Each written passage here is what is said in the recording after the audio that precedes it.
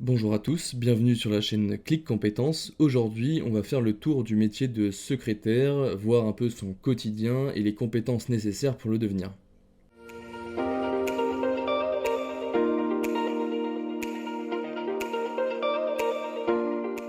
Évidemment, on vous donnera quelques tips sur les formations pour devenir secrétaire, ainsi que les différents salaires selon le secteur, et on s'arrêtera sur les meilleurs secteurs, les plus rémunérateurs.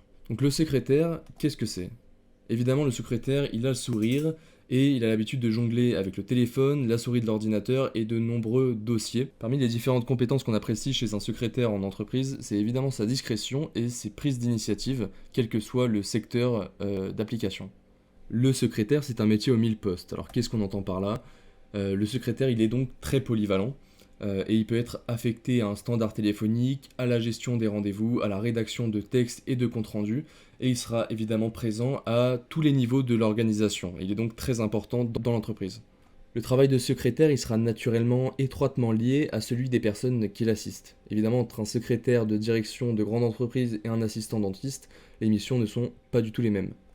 Le point commun avec tous les secrétaires consiste néanmoins à gérer en général des réunions, des agendas ou divers documents, à recevoir éventuellement des appels téléphoniques, et évidemment sa présence est souvent requise lors de réunions et de divers événements. Organisé, méthodique, discret, courtois, autonome, les compétences du secrétaire sont, à l'instar de ses missions, multiples. Mais on en a quand même sélectionné trois principales pour vous, à savoir être efficace et fiable, c'est une compétence très appréciée chez un secrétaire.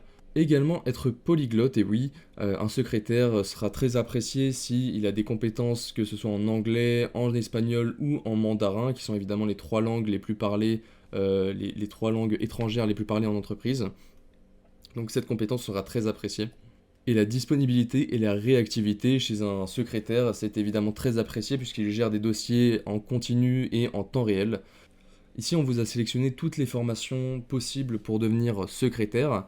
Donc il est possible de devenir secrétaire après la troisième, donc directement après le brevet. Il est aussi possible de devenir secrétaire à des postes un peu plus hauts après le bac. Donc voilà une petite liste également de toutes les formations après bac pour les secrétaires. Et ensuite, vous pouvez aller plus loin avec un bac ou un équivalent bac pro, un bac plus 3, un bac plus 2, etc. Petit tour d'horizon sur les actualités du secteur de secrétaire. De nos jours, 97% de femmes exercent principalement en Île-de-France, donc la plupart des secrétaires sont des femmes.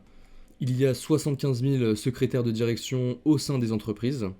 Le secrétaire de direction, qui on le verra juste après, est un des métiers qui rémunère le mieux. Le secrétaire de direction, qu'on verra juste après, qui est un des métiers qui rémunère le mieux parmi les différents métiers de secrétaire. Et enfin, 650 000 secrétaires sont répartis dans tous les secteurs d'activité, c'est le nombre de secrétaires qu'on a aujourd'hui en France. Le salaire moyen d'un secrétaire en début de carrière, il tourne autour de 2000 euros à 2600 euros brut. Et pour vous, on a préparé une mini-liste des secteurs qui rapportent le plus en tant que secrétaire. Donc on aura évidemment le secrétaire de direction qui assistera les directions de l'entreprise, donc à des hauts niveaux. Le secteur de la santé est également très prometteur en termes de rémunération pour les secrétaires. Et enfin le secteur juridique, que ce soit dans le privé ou dans le public.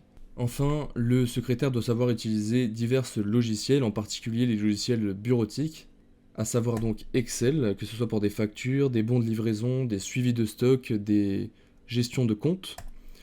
Également PowerPoint, c'est un logiciel qui peut lui être très utile pour des présentations diverses. Et enfin Word pour les bilans de réunion, les recommandés, etc. La maîtrise de ces logiciels est vraiment essentielle en tant que secrétaire, c'est ce qui fera votre plus-value. Et donc justement, si vous souhaitez aller plus loin dans l'apprentissage de ces différents logiciels de bureautique et en faire des compétences professionnelles sûres pour votre métier et pour votre employabilité, eh bien rendez-vous sur click-compétences.fr où vous aurez l'occasion de découvrir de multiples formations professionnalisantes sur ces différents logiciels, des formations qui sont financées jusqu'à 100% grâce à votre CPF.